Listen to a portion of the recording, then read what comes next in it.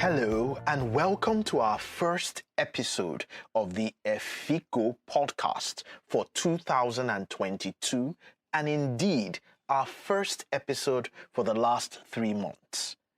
We needed to take time off the air to plan our new program and content that is focused on responding to real-life issues and challenges from you, our listeners. We are back and we hope to continue to support you in your personal, professional, and organizational development. For our new listeners, the Efiko podcast is a community of professionals, business owners, and generally people looking to learn and improve in their work, business, and life. My name is Omagbitse Barrow, and I am your online Efiko. Welcome again, and stay tuned to find out what we have in store for you today.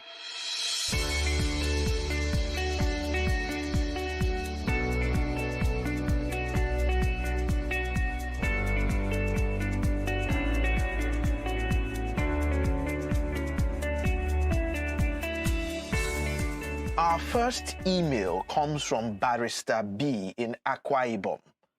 Please note that we will conceal the identities of our clients because of the sensitive nature of some of the messages we receive and the need to protect them and their organizations.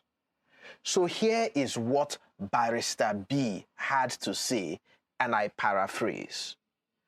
I have run a legal firm for the last 18 years, but I have struggled to pay staff salaries each month. How can I get my staff to assist in the revenue drive? How can I get more accountability from my team of lawyers and paralegals? What incentive approach is best, commission or flat salary? How do I get clients to pay promptly without seeming too expensive? Now, there are several important issues that you have brought up, Barrister, and in our usual approach, I like to go a bit deeper and look for some of the root causes that may be driving some of these challenges. You see, most entrepreneurs in professional services like yourself need to move from one man to many men. I encourage you to focus on 4 issues: strategy, leadership, performance, and culture. The 4 ingredients required to move from one man to many men. Let me just touch on a couple of these in the context of your question. You see, professional services firms grow through quality people attracting quality clients, and this usually happens through partnerships. Partners may emerge organically from the young professionals that rise through the ranks, or from your peers who decide to collaborate with you from the outside. Each partner may then focus on one specialized area of the practice and drive revenue for that area. Partners will typically be incentivized by the profits that they are able to earn and participate in at the end of each accounting period.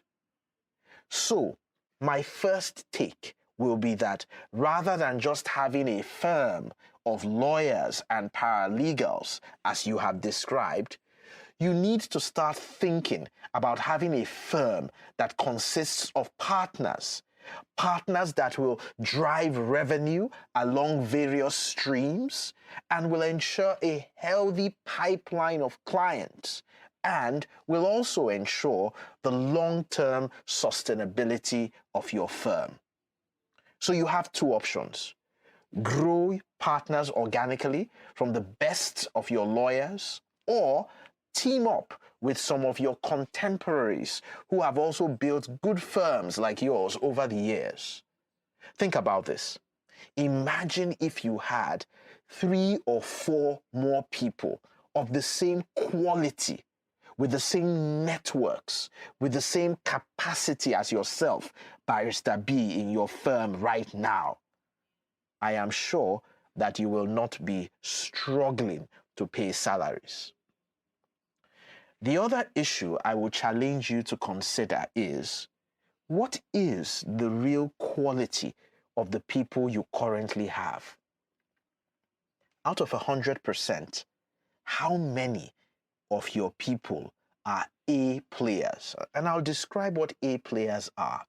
Square pegs in square holes, firing on all cylinders, and able to deliver on their responsibilities with minimal supervision and input from you. You must be brutally honest in this assessment. From my experience, most CEOs of emerging businesses like yours put their number at somewhere between 5 to 15%. And that's exactly where I put my number a couple of years ago when I first found out about the whole concept of A players. To build a company where you stop struggling to pay salaries, you need that number to move up to at least 60 to 70% and then progress higher. To achieve this, you need to improve the quality of your recruitment and performance management systems. And you also need to create a strong employee culture and build a brand that will help you attract the kind of talent that you need. You see, if people in your team are not A players or even at best A potentials, then here's what's going to happen. They're going to be sucking your blood, your time, and your resources. So please pay attention to fixing that first. It will certainly require tough decisions, and it may even require you getting rid of some of the laggards, people who are unable to rise to the new expectations of being A players. Some of them who may even have spent many years working for you. But you need to be honest. If they were that good for all these years, they would have been producing better results by now, and you will not have to perpetually be struggling with salaries. So it's very important that you find the right people, and when you find them, that you build a solid team that will grow to create partners that will be accountable and can drive revenue, and that you will focus on the retention of these quality people. Finally, on the issue of pricing your solutions and ensuring collection from clients, I will recommend that you build your brand and continue to demonstrate to your clients, as you have done over the years, the high quality work that your firm offers. Position yourself as a thought leader and use creative ways through digital marketing and networking within the communities that you serve to create new opportunities for your firm. When you do these, your clients will be prepared to pay an adequate compensation for your services. You must be very disciplined about your entire organizational system, including your billings and collections. You must send invoices on time, follow up professionally and assertively on your payments, and above all, like I said, position yourself and your firm as a brand that your clients and your prospects will respect and trust. If you do all of these and ensure that you are not too far off from the competition with respect to your fees, you will be fine. So, Barrister B, I hope that the few thoughts that I have shared with you will help you to reflect and think about some of the things that you can do to transform your business and your law firm. I am grateful that you reached out with your challenges and will certainly be available to support you in some of these areas that I have mentioned and much more. I also hope that you, our listeners, have gained something valuable from the question from Barrister B and the suggestions that I have provided.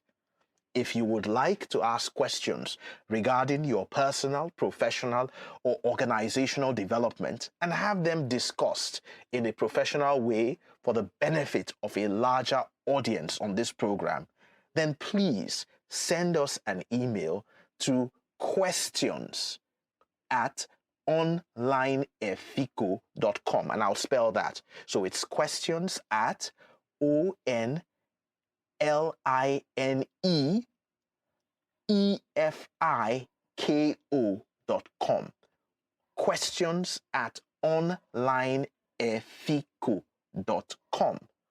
If you have enjoyed this episode and would like to keep listening and learning with us, please visit www.onlineefiko.com and click on the podcast and subscribe to listen to the podcast.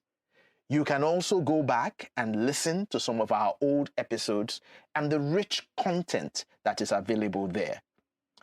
Thank you once again for staying tuned, and I look forward to connecting with you next week here on the Efiko podcast. Now, before I go, I must say that for those who may not know what the word Efiko is, it is a Nigerian slang from the 1990s when I grew up that means a nerd or a geek that can help you through learning and research to solve your problems and take advantage of the opportunities out there. Until next time, my name is Omagbitse Barrow, and I am your online Efiko.